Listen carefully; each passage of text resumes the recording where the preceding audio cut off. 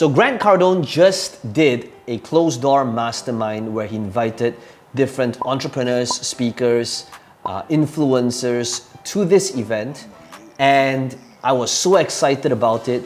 And just the week as I was supposed to go, some of you may know I've been talking about this recently on Instagram. My dad wasn't doing too good, so I was with him at the hospital. So I had to give this event a miss. I couldn't fly over. However, I did attend this entire event virtually. First of all, shout out to Pete Vargas for enabling and pulling the strings and making that happen.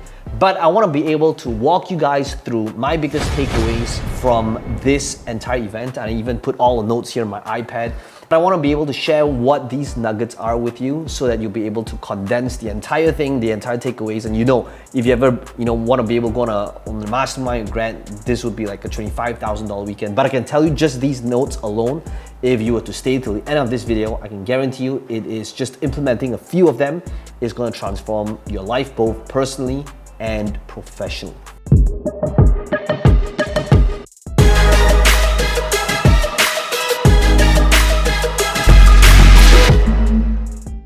The first takeaway is just by watching how Grant did things. I think right at the start of the entire event, he did this call out and he actually said, so I know what you guys are probably thinking, right? You're probably thinking, what is Grant Cardone going to be selling you guys, right? And I thought that was really funny because I'm pretty sure that was what 95% of the room is thinking, including myself.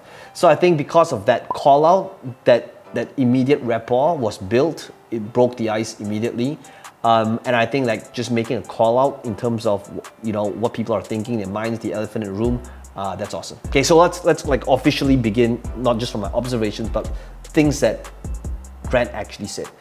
The first one would be who you are actually targeting. And one of the things that he said, you'll never sell me like a $600 offer, but I'll buy a $60 million offer, but you'll never sell me one.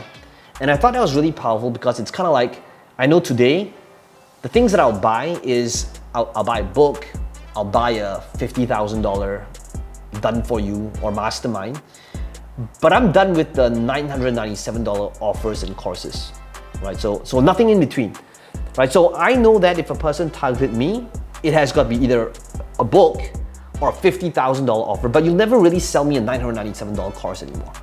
So I think it really comes down to who you are targeting and are those people your ideal clients and customers. Second takeaway that I wrote down in all caps was like, hate is just perverted admiration. And he said, when it comes to like building an audience and a following, he said, are you playing the game to be known or to be liked? And I know I've said this in the past, I've heard him say this in other videos, but I think this is really powerful as a reminder. Like, are you on social media and you're creating content because you want to be known for what it is that you do, or are you trying to please everybody? Because if you're trying to please everybody, it's going to be a very painful road. Third biggest takeaway is in marketing, you want to be a maniac. You want to go crazy. You want to be the biggest version of you, right? But in creating wealth, you want to be extremely disciplined. And this is powerful for me because I think that for me, I'm pretty congruent all over, which is like in wealth, I'm probably not very disciplined. I'm not the most disciplined person with my money and finances, but in marketing, I'm always doubling down on improving things. And I think making that distinction between marketing and marketing. Did I say marketing? That's how tired I am. Marketing and creating wealth is crucial. Number 4, studying up. Grant says, I don't study sideways, I don't study down, I only study up. He doesn't study millionaires, he studies billionaires. And whenever they say something, whenever they do something, he's always asking, so what are they doing that I can model in my business and my line of work? And this is really proven, like throughout the entire event, as I was watching the videos at 3 in the morning and being on that virtual event, I felt that, there's many times I feel that I'm thinking big, but in the grand scheme of things, I'm still thinking too small. Right? Like here I am trying to close this 5-6 figure deal, and then I'm looking at some of these deals like that's 9 figures, and I'm thinking like, man, what am I doing? Whenever we are comfortable with what we're doing, we realize that that's in the grand scheme of things, that's still nothing, right? Number 5 is take advantage of everything that happens around you, even if it's not ideal, and use it as a source of inspiration. An example that Grant gave was this hurricane example. He said there was like this hurricane happening in Florida, I believe, and he said, you know, the building, he was not allowed to open, and there's a lot of restrictions because of that. And because of that, he said, you know what? Let's create a hurricane sale. So like when the winds were all strong and, you know, was total chaos, he created an ad and he created a marketing campaign around the hurricane. And the campaign did so well, they sold out like the main product that they were selling. And to me, that's really powerful because I think that, you know, in marketing, we're always trying to paint this perfect picture when in fact, we could be utilizing the chaos, right, things that are not ideal, and use it as fuel in content creation or marketing, and use it as inspiration as well. Number 6, he says, your best clients and customers are not going to be your followers. They're watching you, they're constantly watching everything, but it doesn't mean that they're actually following you because they may not necessarily, you know, they might not necessarily have the time, right, as a successful entrepreneur, business person, but they're watching you. So never base like what's possible for us based on just the following that we have. Next, on the mindset of being an investor, this will be number 7. He said, the CEO of Coca-Cola made about 50 million, but Warren made about 500 million from the same company as an investor. And I remember my feeling when I heard that for the first time, I was like, oh man, that's like, I never thought about it that way, right? Thinking about like, are we utilizing what it is that we have in money working for us rather than just working for money? Number 8 will be get money, move it to an asset, feel broke, repeat. I think one of the most powerful motivators in life is, you know, being broke, right? And a great way to constantly have that hunger and drive is when you're broke. And hopefully it's not being broke by buying Gucci belts, but using it to fuel assets, to acquire assets, and then being cash poor, you know, repeat that entire process again. Number 9 is on polarity. And if you can get 50% of your audience to not like you or your message, you've made it. And I think this is something that, you know, I've talked about as well. It's not about trying to get everybody like you, but if you can, you know that you're onto something when it's polarizing, when it hits a nerve, right? And typically, if you think about every powerful message in the world, typically, whether it's political, whether it's spiritual, whether it's whatever, right? Typically, if you take a stand, there'll be 50% of people that will not agree with what it is that you have to say. Next one, doing different things for different people. He says, some people know me as the salesperson, the sales guy. Some people know me as the investor. Some people know me as the real estate guy. Some people know me as the deal maker.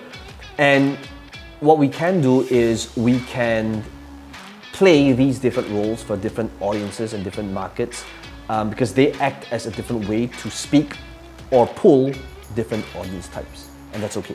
Next one, number 11, on hiring and scaling. The one that I wrote down that I really liked is stop thinking about hiring you, because that's gonna be impossible, right? Most of the time as entrepreneurs, as leaders, we're always trying to think about like, oh, well, how can I get somebody as good as me? All right, think about hiring 1/10 of you, somebody that can do 1/10 of what it is that you do, times 10 people.